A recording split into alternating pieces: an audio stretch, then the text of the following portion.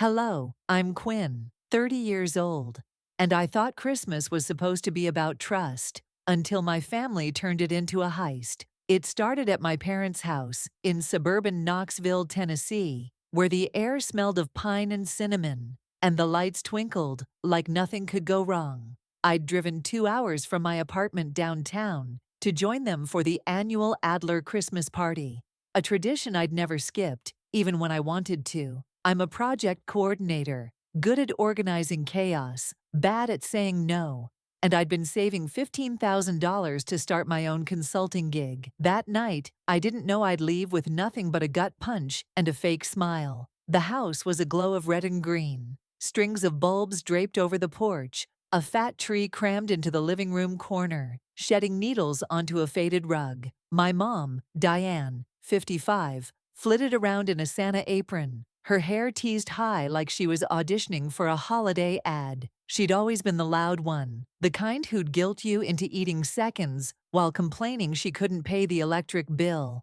"Quinn, honey, you made it," she crowed, shoving a mug of spiked cider into my hands. The warmth stung my cold fingers, but her smile didn't reach her eyes. My dad, Paul, 57, hovered near the kitchen counter, nursing a beer and flipping through a stack of receipts he pretended to organize.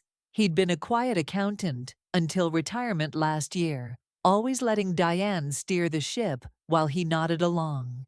"Good to see you, kid," he mumbled, barely looking up. I nodded back, used to his half-there presence. Then there was Tara, my 34-year-old sister, sprawled on the couch with a glass of wine, her phone glowing as she scrolled. She'd been a cashier at the dollar store since her divorce, always broke, always blaming someone else. Her son, Milo, 9, darted around in a reindeer sweater, chasing the cat with a candy cane. "Aunt Quinn," he yelled, slamming into me for a hug. I ruffled his hair, grinning despite the headache brewing from the noise. The party hummed, neighbors dropped by, kids screamed over jingle bells blasting from a speaker, and Diane handed out gingerbread like she was Oprah with cookies. I set my purse on the hall table, next to a bowl of ornaments, and grabbed a plate of ham and mashed potatoes. Tara sidled up, her voice syrupy. "You're doing great at work, huh? Must be nice, all that cash." Her eyes flicked to my coat. New, leather, a splurge I'd earned. I shrugged. "It's steady, bills don't pay themselves." "Tell me about it," she sighed, dramatic. "Milo's school fees are killing me. Single mom life. You wouldn't get it." I nodded, biting my tongue. She'd borrowed $200 from me last month for textbooks, then posted a selfie in a new jacket 2 days later. I'd let it slide. Family, right? Halfway through dinner, Diane clapped her hands, silencing the room. "Time for the Christmas gift card," she announced, holding up a glittery envelope. "Everyone signs. It's for our family charity fund. Quinn, you're up." She thrust it at me, pen in hand. I was mid-sip of cider, juggling my mug and plate, when she shoved the card under my nose. "Just a little something for the less fortunate," she cooed. The room watched. Paul, Tara, even Milo, so I scribbled my name, barely glancing at the fine print.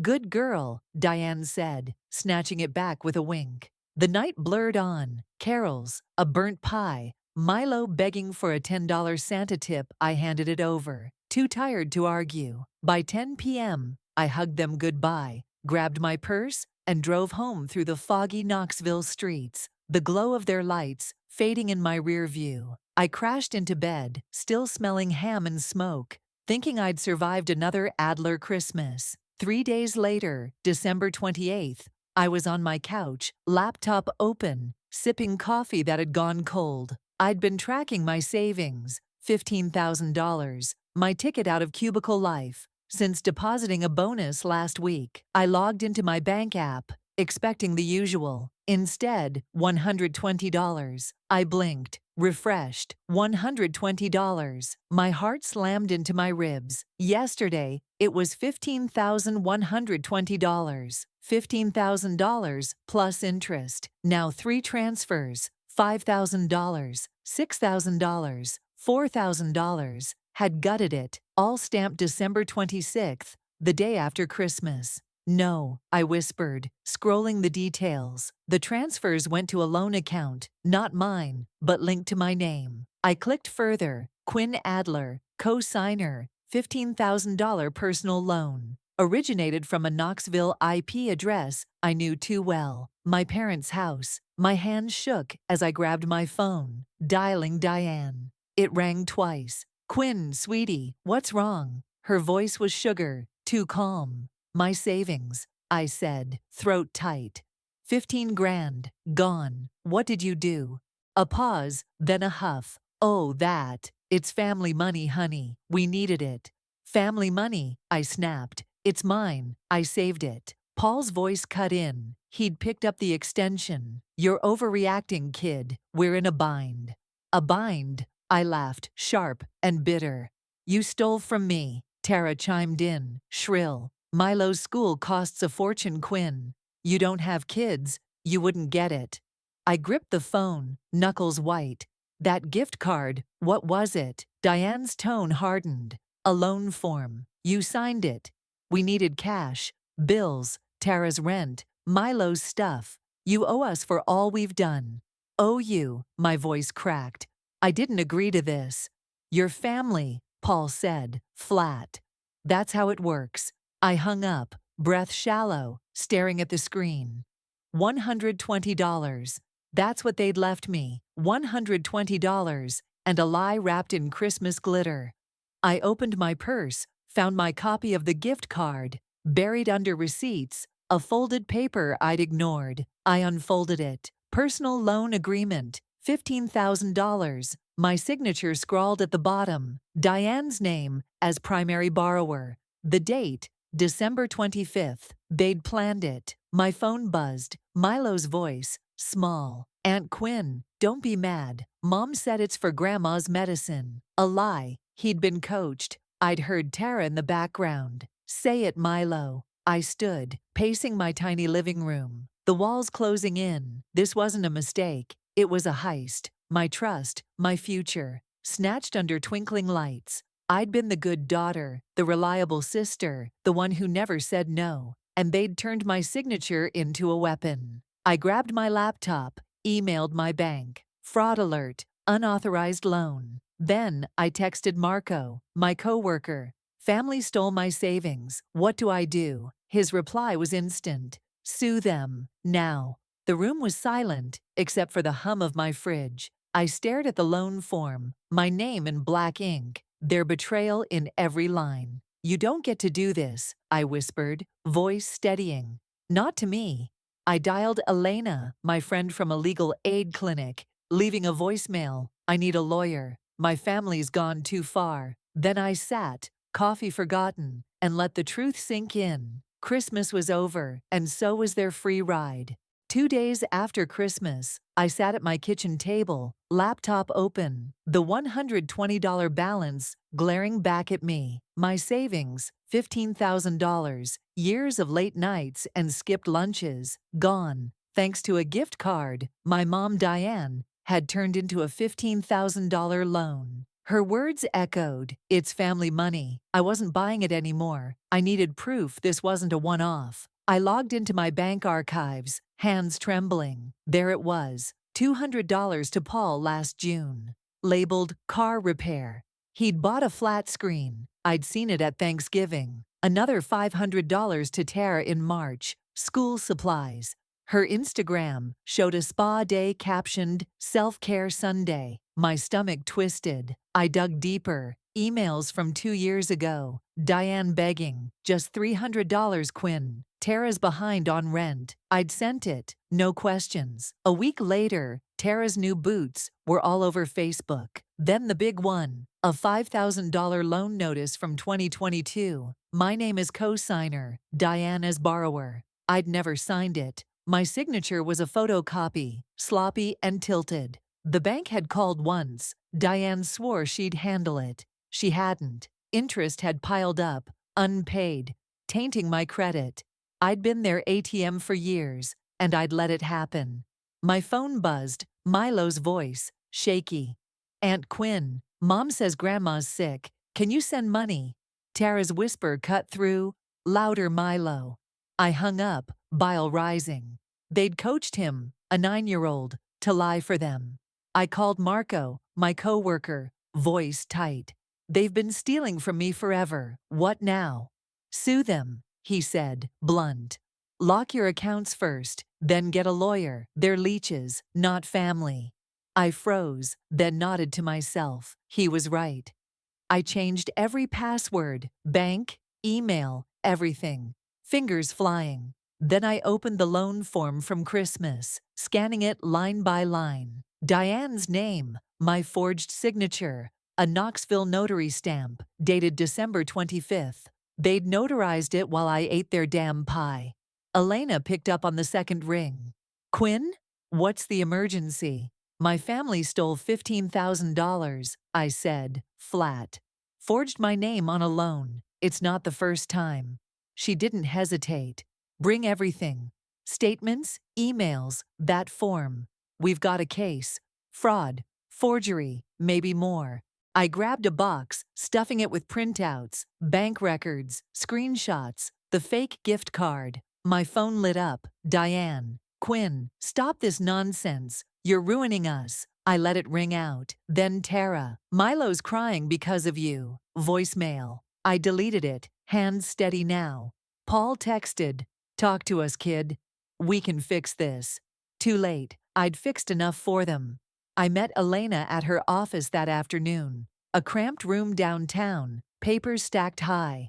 She flipped through my evidence, eyes narrowing. This is gold. Diane's the ringleader. Paul and Tara are in deep too. We'll file tomorrow. They'll fight dirty, I said, voice low. Let them, she replied, smirking. They've got no ground to stand on. Back home, I locked the box under my bed, the weight of it sinking in. Years of guilt trips. You're the successful one, Quinn, unraveled into this. A family who'd bled me dry and called it love. My phone buzzed again. Diane's number. I blocked it, then Tara's, then Paul's. Silence hit, sharp and final. I opened my laptop, drafting an email to HR. Emergency leave. Family issue. I wasn't running. I was fighting. They'd taken my money, my trust, my name. Now I'd take it all back. January 2nd hit like a brick. And my phone wouldn't stop buzzing. I'd blocked Diane, Paul, and Tara. But the voicemails piled up from unknown numbers. Neighbors, cousins, their guilt trip army. I sat in my Knoxville apartment, blinds shut. Elena's lawsuit papers spread across the table. We'd filed yesterday. Fraud, forgery, $15,000 plus damages. And the Adlers were scrambling.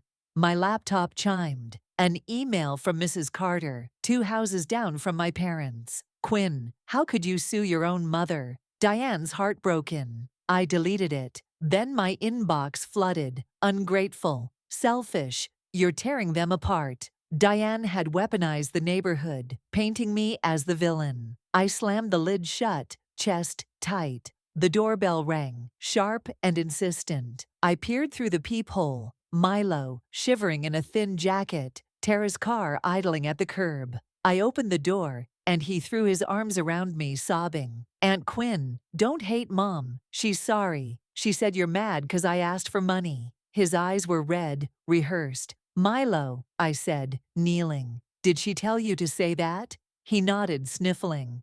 She said you'd stop if I cried. Tara honked, rolling down her window. Get in, Milo. Quinn, you're a monster. Look what you're doing to him. I stood, jaw clenched, as Milo ran back, tears streaking his face. The car peeled off, tires screeching. I called Elena, voice shaking. They're using Milo. Tara just dropped him here to guilt me. Classic, she said, calm. Document it. Time, what he said. They're desperate. We've got this. I scribbled it down. January 2nd, 3:14 p.m. Milo's coached tears. Then a knock, harder this time. Paul stood there, coat unbuttoned, eyes bloodshot. Quinn, drop this, he growled. You're killing your mother. She hasn't slept since you filed. She stole from me, I shot back. You let her. He shoved a crumpled letter at me. Read it, then decide. I took it, slamming the door. Inside, Diane's handwriting. Quinn, I only wanted to help Tara. Milo's all she's got. You're breaking us. Forgive me, please. No apology, just more manipulation. I tore it in half, tossing it in the trash. Marco called an hour later. Found something. Check your old emails. I dug through my inbox. December 2021, Diane to a neighbor. Donated $1,000 to charity. Such a good cause. Attached, a receipt, my bank details, $1,000 withdrawn, without my okay. She'd been scamming others too, using me as cover. I forwarded it to Elena, pulse racing. They're toast, she texted back. This ties Diane to a pattern. Felony territory. That night, my phone lit up. Diane, unblocked somehow. Quinn, she screamed through speaker. You're a liar. I never forged anything.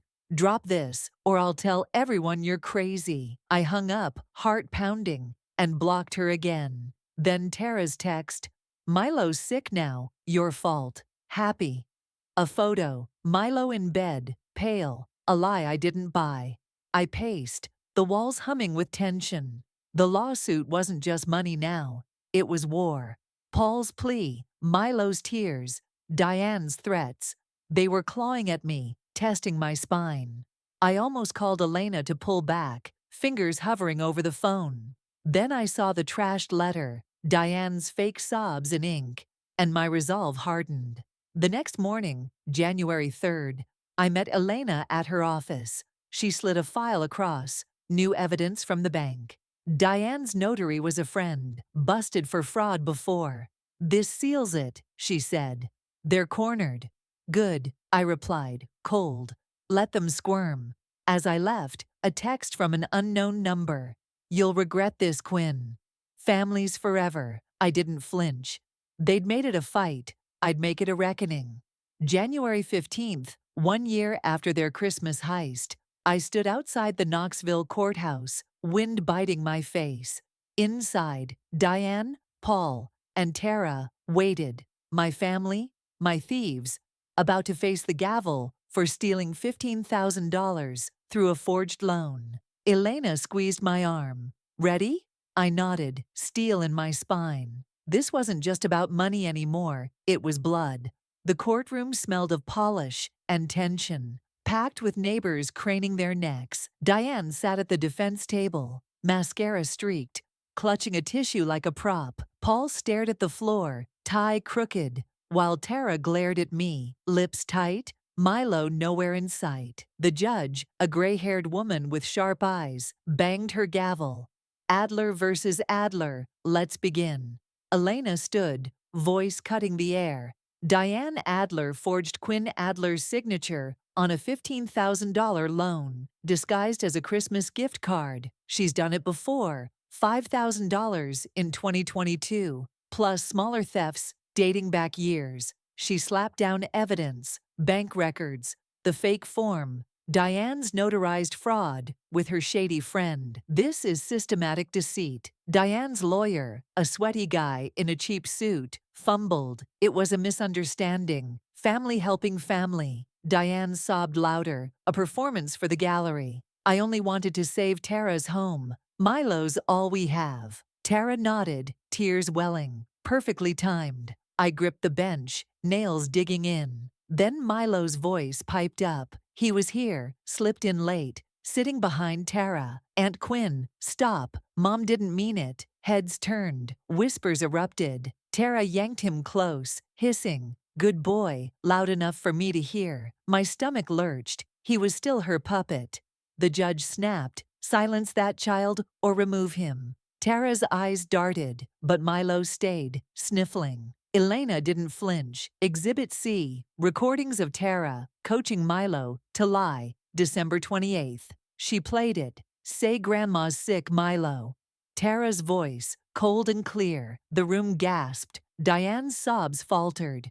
Paul stood suddenly, voice cracking. Quinn, enough. I'll pay it back. Just stop this. The judge banged again. Sit down, Mr. Adler. He slumped, face red, as Diane hissed at him. You idiot. Elena dropped the bomb. Diane's charity scam. $1,000 stolen from Quinn. Claimed as a donation in 2021. Here's the email. The screen lit up. Diane's smug, good cause next to my bank statement. The lawyer stammered, "That's irrelevant." But the judge's frown deepened. Diane leapt up, wild. "She's lying. Quinn gave me that money. I never forged a thing." Her lawyer grabbed her arm, but she shook him off, pointing at me. "You're a traitor. Your own mother." The bailiff stepped closer, hand on his belt. I stood, voice steady. "You stole my future, Diane. Forged my name while I ate your pie. That's not family. That's theft."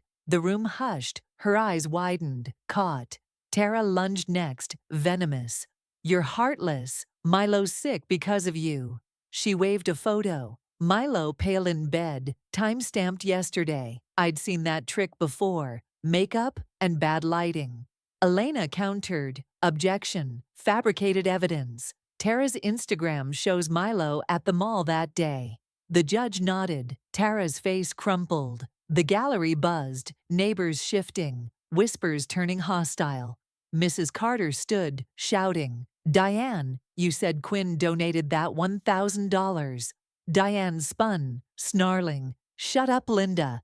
Chaos erupted, yells, gasps, the judge slamming her gavel like a drum. "Order," she roared. "I've seen enough." She flipped through Elena's file, bank logs, emails, the notary's rap sheet. Diane Adler, guilty of fraud and forgery. Paul Adler, accessory after the fact. Tara Adler, aiding and abetting. Restitution, $18,000, including interest. Diane, 6 months probation. Paul, license revoked. Tara, pending child welfare review.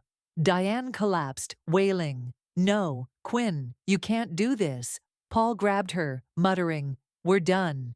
Tara screamed, "I'll kill you for this." As the bailiff hauled her back, Milo ran to her, crying, "Mommy." I looked away, chest tight. Milo wasn't the enemy, but they'd made him one. Outside, Diane broke free, lunging at me in the snow. "You've ruined us, your own blood." Her nails grazed my cheek before Elena pulled me back.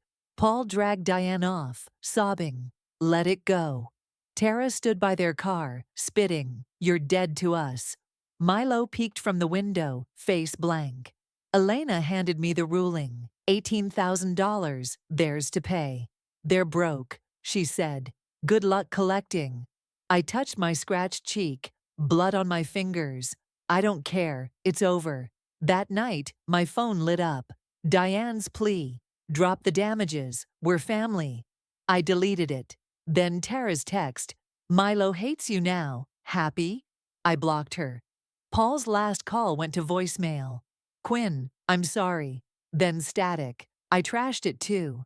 The courtroom echo faded, but the fight wasn't done. They'd beg next. I'd be ready. 2 Christmases had passed since the trial, but I still felt the sting every time I saw a red ribbon or heard Silent Night. The courtroom dust had settled, the damages ruled in my favor, but collecting anything from them, a lost cause. Diane claimed bankruptcy. Paul filed for early retirement under medical stress, and Tara vanished from town, leaving behind a trail of unpaid credit cards and one terrified school principal who'd called me to ask if I was responsible for Milo's tuition. I wasn't, not anymore. My apartment was quiet that December. No blinking lights, no tree, no fake cheer, just peace. On December 23rd, a heavy envelope arrived. No return address, but I recognized Diane's handwriting immediately. Inside was a glittery Christmas card that read, "Family is forever." Below, scribbled in uneven ink, "We miss you. We're sorry. We hope you remember who you are. An Adler." There were 3 signatures, Diane's, curly and dramatic, Paul's, shaky, just initials, and one from Milo, a drawing of a sad face, and the words, "Love you, Aunt Quinn." No cash, no check, no actual apology, just the performance. I stared at the card for a full 5 minutes, letting the anger roll through me in silent waves.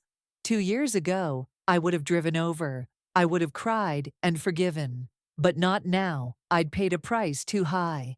I walked to the fireplace, dropped the card in, and lit a match. It caught quickly, curling into black smoke. I watched it burn until only ash remained. Family doesn't steal your soul, I whispered. On Christmas Eve, Marco came over, dragging 2 bags, one full of groceries, the other full of wine. You look like someone who survived war, he said, kicking snow off his boots. I did, I smiled.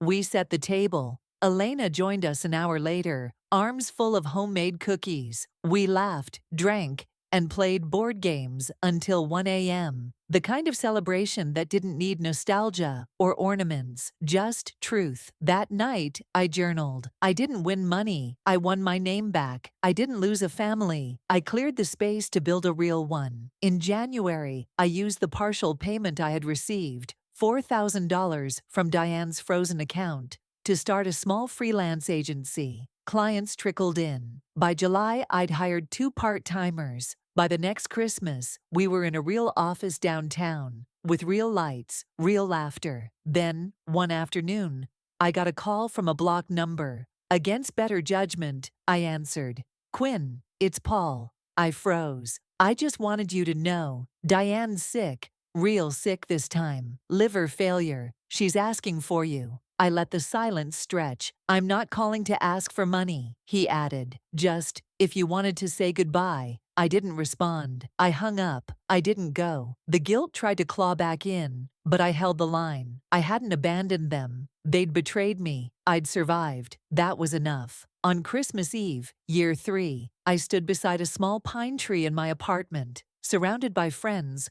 co-workers, and one very confused golden retriever someone had brought last minute. The room glowed. I raised a glass. To the ones who taught me what family is not, I said, smirking, and the ones who remind me what it should be. They cheered. The tree lights flickered. And for the first time in years, Christmas didn't feel like a scar. It felt like closure.